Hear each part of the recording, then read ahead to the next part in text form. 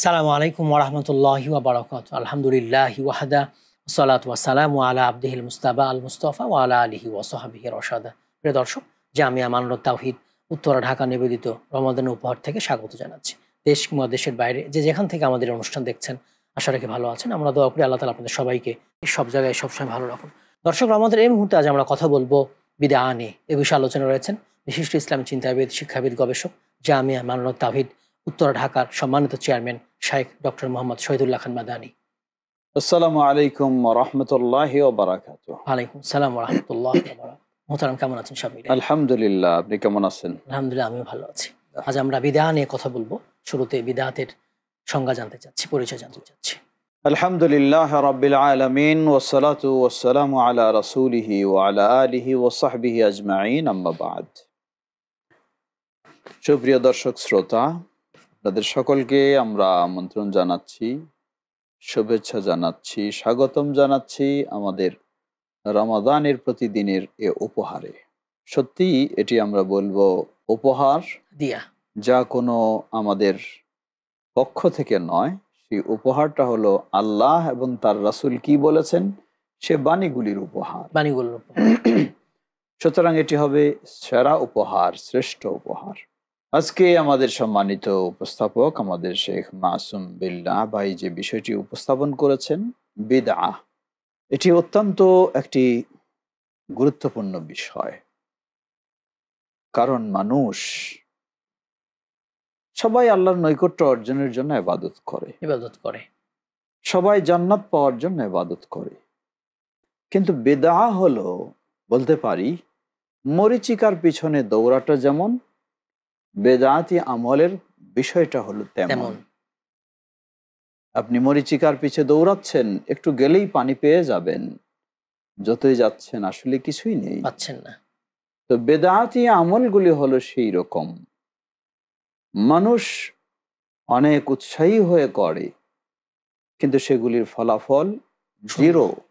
শুধু জিরো নয়, ফলাফল বিপরীত। জিরো হলেও হতো, জিরো মানে কি, আমি একটা কাজ করলাম, সেই কাজের কোনো ফল পাবো না, ফল পেলাম না, অসুবিধা নাই, ফল পেলাম না। কিন্তু যখন ফল পাবো না কিন্তু শাস্তি ভোগ করব, তখন বিষয়টা আরো কঠিন, আরো কঠিন। তাই এটা শুধু ফলাফল জিরো নয়, ফলাফল বিপরীত। বেদার কারণে আমাকে শাস্তি ভোগ করতে হবে, কোনো ফলাফল তো পাবো না, ভালো তো কিছুই পাবো না।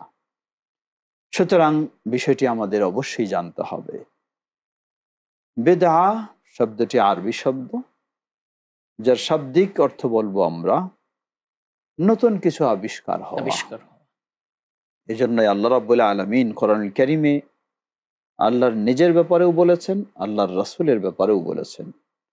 আল্লাহর ব্যাপারে বলেছেন তিনি হলেন বাদিউস সামাওয়াতি ওয়াল আরদ, পূর্বের কোনো দৃষ্টান্ত নজির ছাড়াই নতুন ভাবে আল্লাহ সুবহানাহু ওয়া তাআলা এই আসমান এবং জমিনকে সৃষ্টি করেছেন, আবিষ্কার করেছেন, সৃষ্টি করেছেন।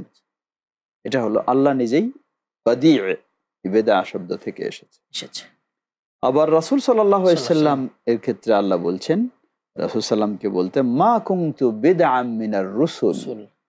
মক্কার মানুষেরা যখন রাসূল হিসাবে মানতে চাচ্ছিল না, আল্লাহ বলছেন, বলো তুমি, মা কুনতু বিদআম মিনার রুসুল, আমি তো তোমাদের কাছে পূর্বের দৃষ্টান্ত ছাড়া নতুন কোন রসুল আসি নাই, আমার পূর্বে আরো রাসূল এসেছেন, গত হয়েছেন। তোমরা জানো ঈসা আলাইহিস সালামের নাম, জানো মূসা আলাইহিস সালামের নাম, জানো ইব্রাহিম আলাইহিস সালামের নাম, জানো সুলাইমান আলাইহিস সালামের নাম, সবাই রাসূল হিসাবে এসেছেন। অতএব আমি এমন কোন পূর্বের দৃষ্টান্ত ছাড়া নতুন রাসূল এসে গেলাম এমনটা নয়। অতএব বিদআ এর শাব্দিক অর্থ হলো পূর্বের দৃষ্টান্ত ছাড়া নতুন কিছু আবিষ্কার হওয়া। ইসলামী শরীয়তের পরিভাষায় বিদআ হলো ইবাদতের নিয়তে সওয়াবের আশায় যে কাজটি করা হবে অথচ সেই কাজটি কোরআন সুন্নাহয় নেই, এটির নাম হলো বিদআ। ইবাদতের নিয়তে সওয়াবের আশায় এমন কোন কাজ করা যেই কাজটি কোরআন সুন্নাহয় নেই, এটি হলো বিদআ। এজন্য বলবো, আমরা অনেক সময় মানুষকে বিদআতের কথা বলতে গিয়ে বলে যে আপনারা সবকিছু খালি বেদাত বেদাত বলেন, অথচ এখন তো হলো অনলাইনের যুগ, আমরা এই যে টিভি চ্যানেলে প্রোগ্রাম করছি, এটাও তো রাসূল সাল্লামের যুগে ছিল না, এটাও তো বেদাত। জবাব, আসলে কি এটা বেদাত? জবাব, হ্যাঁ এটি বেদাত, কিন্তু শরিয়ার দিক থেকে না, শরিয়ার দিক থেকে নয়, এটি শাব্দিক দিক থেকে। নতুন যা আবিষ্কার হয়েছে পূর্বের দৃষ্টান্ত ছাড়া, সেটাই হলো বেদাত। অতএব আজকে স্মার্টফোন, সেটাও বেদাত। এই অনলাইন প্রোগ্রাম বা এই আমাদের চ্যানেল প্রোগ্রাম, হ্যাঁ এটাও বেদাত, ডিজিটাল, জি সবগুলি বেদাত। কিন্তু এটি হলো শাব্দিক অর্থে বেদাত। শরীয়তে নিষিদ্ধ যে বেদাত, এগুলিও নিষিদ্ধ হবে কখন? এগুলিকে যদি খারাপ কাজে ব্যবহার করা হয় তখন সেটি নিষিদ্ধ হবে। আর শরীয়তে হলো ওই বেদাত নিষিদ্ধ সেটি যা আমরা একটু আগেই বলেছি, ইবাদতের নিয়তে, সওয়াবের আশায়, কোরআন সুন্নায় যা প্রমাণিত নয় এমন কাজ করাটাই হলো বিদআত। যেমন উদাহরণস্বরূপ রাসূল সাল্লাল্লাহু আলাইহি ওয়াসাল্লামের নামে যে জন্মবার্ষিকী প্রচলিত ঈদে মিলাদুন্নবী 12ই রবিউল আউয়ালে যেটি পালন করা হয়, কত উৎসব করে হাইলাইট করে পালন করা হয়, জুলুস করে, মনে হয় যেন রাজপথ কাঁপায় দেওয়া হয়, মনে হয় যেন এটার চেয়ে বড় আর ইবাদত কিছুই নেই। অথচ এটি কি? বেদাত। বলবেন কেন বেদাত? একটু আগে আমরা পরিভাষায় বলেছি, যা সওয়াবের আশায় ইবাদতের নিয়তে করবেন, কিন্তু কোরআন সুন্নাহ তা পাবেন না। কোরআন সুন্নাহ আপনি লক্ষ্য করুন, গোটা কোরআন মাজিদ খুলে দেখুন, কোথাও আপনি পাবেন না নবী সাল্লাল্লাহু আলাইহি ওয়াসাল্লামের হোক বা আরো কারো জন্মবার্ষিকী পালন করার নির্দেশ দেওয়া হয়েছে, অনুমোদন দেওয়া হয়েছে, নেই, পাবেন না। রাসূল সাল্লাল্লাহু আলাইহি ওয়াসাল্লামের হাদিসে খুলে দেখুন, গোটা 63 বছর তিনি জীবিত ছিলেন, যার 23 বছর হলো নবুয়তি জীবন। 23 বছরে তিনি তার নেতৃত্বেই তো এই ইবাদতটা হওয়া দরকার ছিল, যদি ইসলামের ইবাদত হবে। তার জন্মদিন পালন নিজেই তো এটিতে তিনি আনন্দের সাথে করাতেন যদি শরীয়তের বিষয় হতো। কিন্তু রাসূলুল্লাহ সাল্লাল্লাহু আলাইহি ওয়াসাল্লামের জীবদ্দশায় হয়নি। খোলাফায়ে রাশিদিন যারা জীবন শেষ করে দিয়েছেন রাসূল সাল্লাল্লাহু আলাইহি ওয়াসাল্লামের জন্য, শুধু নির্দেশের অপেক্ষায় ছিলেন, তাদের চেয়ে কেউ রাসূল সাল্লামের বেশি অনুসারী আমাদের পৃথিবীতে আর হতে পারে না। আবু বকর রাদিয়াল্লাহু আনহুর খেলাফতে 2 বছর তিনি খলিফা ছিলেন। এই দিনটি 12ই রবিউল আউয়াল 2 বছর গেছে, কোনো অনুষ্ঠান হয়েছে দেখুন? নেই। ওমর রাদিয়াল্লাহু তাআলা আনহু তিনি প্রায় 10 বছরের মতো খেলাফত পেয়েছেন, সেখানেও কোনো হয়নি। ওসমান রাদিয়াল্লাহু আনহু তিনি আরো বেশি পেয়েছেন, সেখানেও হয়নি। আলী রাদিয়াল্লাহু আনহু তিনি প্রায় 6 বছর, তথা খোলাফায়ে রাশিদিনের 30 বছর জীবনেও এই ঈদে মিলাদুন্নবী নামে কোনো অস্তিত্ব ছিল না। জন্ম তারিখটা নিয়েও তো মত পার্থক্য রয়েছে। অপর দিকে চলে আসুন সাহাবাদের শেষ জীবন, না, উমাইয়া শাসন 92 হিজরি পর্যন্ত, 92 বছর 132 হিজরি পর্যন্ত উমাইয়া খেলাফত, এর মাঝেও কি ঘটেছে কোনোদিন? না, ঘটেনি। কবে ঘটলো এটা? কেউ বলেছেন 4র্থ হিজরির শেষের দিকে ফাতেমি বংশ যারা শিয়া ছিল তাদের মাধ্যমে এটি শুরু হয়েছে। 400 এটাই হলো সর্ব কাছাকাছি সময়। তারা লক্ষ্য করুন, যেই কাজটি রাসূল সাল্লামের জীবনে ঘটেনি, আবু বকর রাদিয়াল্লাহু আনহুর জীবনে ঘটেনি, ওমর রাদিয়াল্লাহু আনহুর জীবনে ঘটেনি, ওসমান রাদিয়াল্লাহু আনহুর জীবনে ঘটেনি, আলী রাদিয়াল্লাহু আনহুর জীবনে ঘটেনি, বাকি সাহাবীদের জীবনে ঘটেনি, উমাইয়ার জীবনে ঘটেনি, ইমাম আবু হানিফা রাহিমাহুল্লাহর জীবনে ঘটেনি, ইমাম মালিকের জীবনে ঘটেনি, ইমাম শাফির জীবনে ঘটেনি, ইমাম আহমদ বিন হাম্বল জীবনে ঘটেনি। আরো পরে অর্থাৎ রাসূল সাল্লাল্লাহু আলাইহি ওয়াসাল্লামের মৃত্যুর প্রায় 350 বছর পরে যেটি ঘটেছে, কিভাবে সেটি ইসলামের ইবাদত হতে পারে? জি, যথার্থ বলেছেন মোহতারাম। বিরতির পর বাকি অংশ শুনবো ইনশাআল্লাহ আমরা। ধন্যবাদ। দর্শক, আপনারা দেখছেন জামিয়া মানারুত তাওহীদ উত্তরা ঢাকা নিবেদিত রমাদান উপহার। আজ আমরা কথা বলছিলাম বিদআত নিয়ে। সময় হলো ছোট্ট বিরতি, একটু পরে ফিরবো। আমাদের সঙ্গে থাকবেন ইনশাআল্লাহ।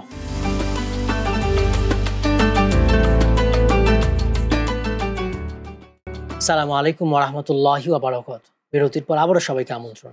দর্শক, আপনারা দেখছেন জামিয়া মানারুত তাওহীদ উত্তরা ঢাকা নিবেদিত রমাদান উপহার। আজ আমরা কথা বলছিলাম বিদআত নিয়ে। আলোচনা রয়েছেন শাইখ ডক্টর মোহাম্মদ শহীদুল্লাহ খান মাদানী। মোহতারাম যেমনটা বলছিলেন বিদআতের আবিষ্কার নিয়ে। ধন্যবাদ। আমরা এটাই বলছিলাম যে উদাহরণস্বরূপ বলছিলাম ঈদে মিলাদুন্নবী কিভাবে বেদাত। মানুষ আবেগের সাথে করে। আপনি আবেগের সাথে কেন করবেন? যদি ইসলামে প্রমাণই না থাকে যার জন্য আপনি করবেন রাসূলের প্রতি ভালোবাসা দেখাতে গিয়ে কিন্তু রাসূল সাল্লাল্লাহু আলাইহি ওয়াসাল্লামই যেটি নিষিদ্ধ করেছেন, তাহলে তো আপনি ক্ষতিগ্রস্ত হবেন, উপকৃত নয়। রাসূল সাল্লাল্লাহু আলাইহি ওয়াসাল্লাম বলেন, মান আহদাসা ফি আমরিনা হাদা মা লাইসা মিনহু ফাহুয়া রাদ্দুন। যে ইসলামে এমন নতুন কিছু আবিষ্কার করবে ইবাদতের নামে যা ছিল না, সেটি প্রত্যাখ্যানযোগ্য, কখনো গ্রহণযোগ্য নয়। সুতরাং আমাদের সকল ক্ষেত্রে মনে রাখতে হবে, ইসলামে মানুষের জানা অজানার কারণে বা বিভিন্ন কারণে, বিভিন্ন ষড়যন্ত্রের কারণে ইসলামে অনেক মতভেদ দেখা যাবে। এই ক্ষেত্রে আমাদের করণীয় হলো, আল্লাহ রাসূল সাল্লাল্লাহু আলাইহি ওয়াসাল্লাম দুটি করণীয় নির্দেশ দিয়েছেন। প্রথম তিনি বলেন, মাইয়াইশ মিনকুম বাদি ফাসায়ারা ইখতিলাফান কাসীরা ফাআলাইকুম বিসুন্নতি ওয়া সুন্নতি আল খুলাফা আর রাশিদিন আল মাহদিয়িন তামাসসাকু বিহা ওয়া আদ্দু আলাইহা বিন নাওয়াদিস। যে আমার পরে বেঁচে থাকবে, ইসলামে সে অনেক মতভেদ দেখবে, তার কর্তব্য হলো, প্রথম কর্তব্য হলো সে রাসূলে আমার সুন্নাহ, খোলাফায়ে রাশিদিনের সুন্নাহকে আঁকড়ে ধরবে, প্রয়োজনে মারির দাঁত দিয়ে শক্ত করে কামড়ে ধরবে, সুন্নাহকে যেন ছুটে না যায়। এটা হলো প্রথম করণীয়। দ্বিতীয়, ওয়া ইয়াকুম ওয়া মুহদাসাতিল উমুর, এবং তোমরা সতর্ক সাবধান থাকবে, ইসলামে ইবাদতের নামে নতুন নতুন যা কিছু আসবে, আবিষ্কার হবে, সবগুলি অবশ্যই বর্জনীয়, সেগুলি থেকে তোমার বিরত থাকবে। কারণ কুল্লু মুহদাসাতিন বিদআ, প্রতিটি ইসলামে ইবাদতের নামে নতুন আবিষ্কৃত যেগুলি, সেগুলি হবে বিদআ।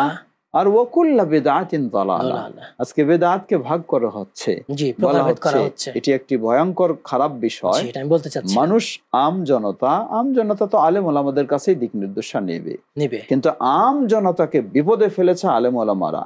তারা যখন বেদাতকে দুই ভাগ করে দিয়ে একটি ভালো আর একটি মন্দ বলে ঘোষণা দেয়, মানুষেরা তখন বুঝে যে বেদাত মানে তাহলে ভালো কিছু আছে, বেদাতে হাসানা ভালো আছে, তাই সেদিকে লিপ্ত হয়। অথচ 1400 বছর পূর্বে রাসূল সাল্লাল্লাহু আলাইহি ওয়াসাল্লাম, এই উম্মতের যিনি সেরা মুফতি, তিনি বলে গেছেন, কুল্লু বিদআতিন দালালাহ, সকল প্রকার বেদাত হলো পথভ্রষ্টতা। নাসাইর বর্ণনায় এসেছে, ওয়া কুল্লু দালালাতিন ফিন্নার, আর সকল পথভ্রষ্টতা নিয়ে যাবে মানুষকে জাহান্নামের দিকে। সুতরাং কোন মুসলিমের উচিত নয় এই বিভ্রান্তি ছড়ানো এবং বিভ্রান্তিতে মানুষকে ফেলা। অতএব আমরা বুঝলাম যে বেদাত হলো একটি গুনাহের কাজ, এটি কখনোই সওয়াবের কাজ হতে পারে না। প্রশ্ন আসতে পারে, বেদাতের কি তাহলে কোনো প্রকারভেদ রয়েছে? জবাব আমরা বলবো, যদি বৈধ অবৈধতার দিক থেকে চিন্তা করা হয় তাহলে বলবো কোনো প্রকারভেদ নেই। সকল প্রকার বেদাতই হলো অবৈধ, নিষিদ্ধ, গুমরাহি। কেউ যদি বলে বুঝার ক্ষেত্রে, জবাব আমরা বলবো, হ্যাঁ, বুঝার ক্ষেত্রে তো মানুষ বিভিন্ন ব্যাখ্যা বিশ্লেষণ দিয়ে প্রকার বর্ণনা করে বুঝাতে পারে। যেমন বলা হয় বেদা কাউলিয়া, কথার বেদাত, বেদা কাউলিয়া, কথার বেদাত। কথার বেদাত কি? যেমন প্রসিদ্ধ আমাদের কারি সাহেবরা কোরআন তেলাওয়াত করতে গিয়ে শেষে সাদাকাল্লাহুল আযীম বলেন, এটি ইমাম ইবনে বাজ রাহিমাহুল্লাহ এবং আরো প্রসিদ্ধ ইমামগণ তারা সবাই উল্লেখ করেছেন যে রাসূলুল্লাহ সাল্লাল্লাহু আলাইহি ওয়াসাল্লাম ও সাহাবায়ে কেরাম কেউ এই ধরনের বলেননি। সুতরাং কোরআন তেলাওয়াত যেহেতু ইবাদত, এর সাথে এই কথাটা যোগ করা এটি একটি বেদাত। বা এই ধরনের আরো অনেক কিছু রয়েছে। বেদআ ইতিকাদিয়া, আকীদাগত বেদাত, বিশ্বাসগত বেদাত। বিশ্বাসগত বেদাত যেমন কেউ যদি মনে করে যে আল্লাহ রাসূল সাল্লাল্লাহু আলাইহি ওয়াসাল্লাম আল্লাহর মতো গায়েব জানেন, তাহলে এটি ভয়ঙ্কর বেদাত এবং কুফরি বেদাত, শিরকি বেদাত, এটি যার পরিণতি ভয়ঙ্কর অত্যন্ত। বেদা ফি'লিয়া, কাজকর্মের ক্ষেত্রে বেদাত।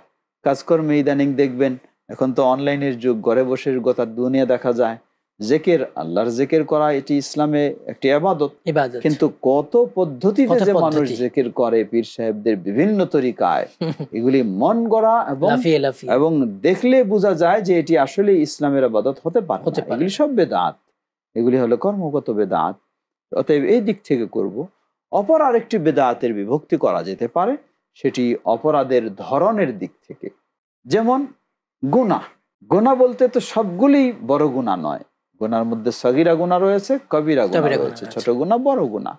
ঠিক বেদাত এটি গুনাহি কাজ, কিন্তু সব বেদাতই সমান নয়।